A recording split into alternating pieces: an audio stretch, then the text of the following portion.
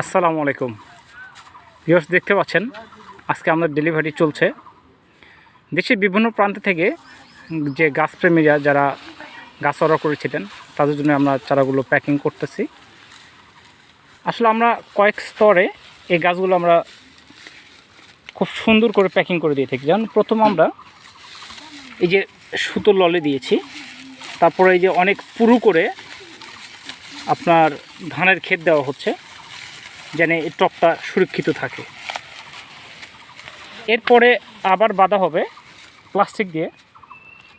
এবং দেখেন এই চারাগুলো কতটা বিগ সাইজের, 8-9 ফিট সাইজের এই চারাগুলো। দেন কতটা ঝোপালো এই চারা। এই ভাই মুকুল ছাড়া চেয়েছিলেন।